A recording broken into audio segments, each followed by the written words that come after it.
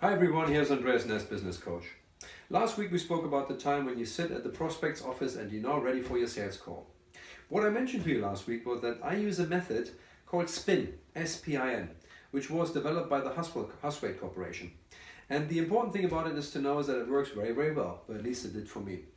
And by looking at the SPIN method, I actually thought I turned it into a little quiz for you guys. And by guys, I mean girls as well. What I want to do is, as I speak through all the individual letters and explain what they mean in order for them to make sense as a method, I'm going to ask you a question. Every week, one question. And by week 4, when I arrive at the end, when I get the right answers, the person who has submitted all the right answers will then get this book for free. So, the first question for this week is, how many salespeople did the Huswade Corporation interview before they came up with the method of SPIN? How many people did they speak to?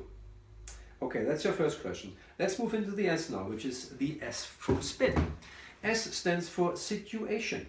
And what it means is that S decides that you have to ask as many as possible situation questions for you to get a good picture about the company.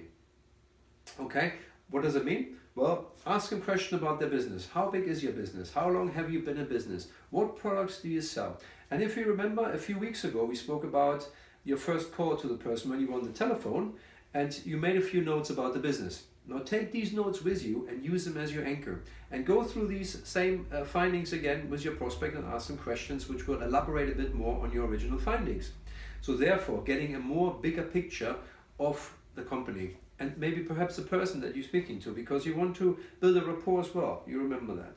So S stands for situation. Anything that is an open question where they can't say yes or no is a good question. And just get a really, really good fact-finding session and go to get more information about them. Don't ask too many questions. You just want to get a good understanding. Okay? So S stands for situation questions. And that's what it is. So that's it for this week. And I'm looking forward to speaking to you next week when we talk about the P. Cheers. Bye-bye.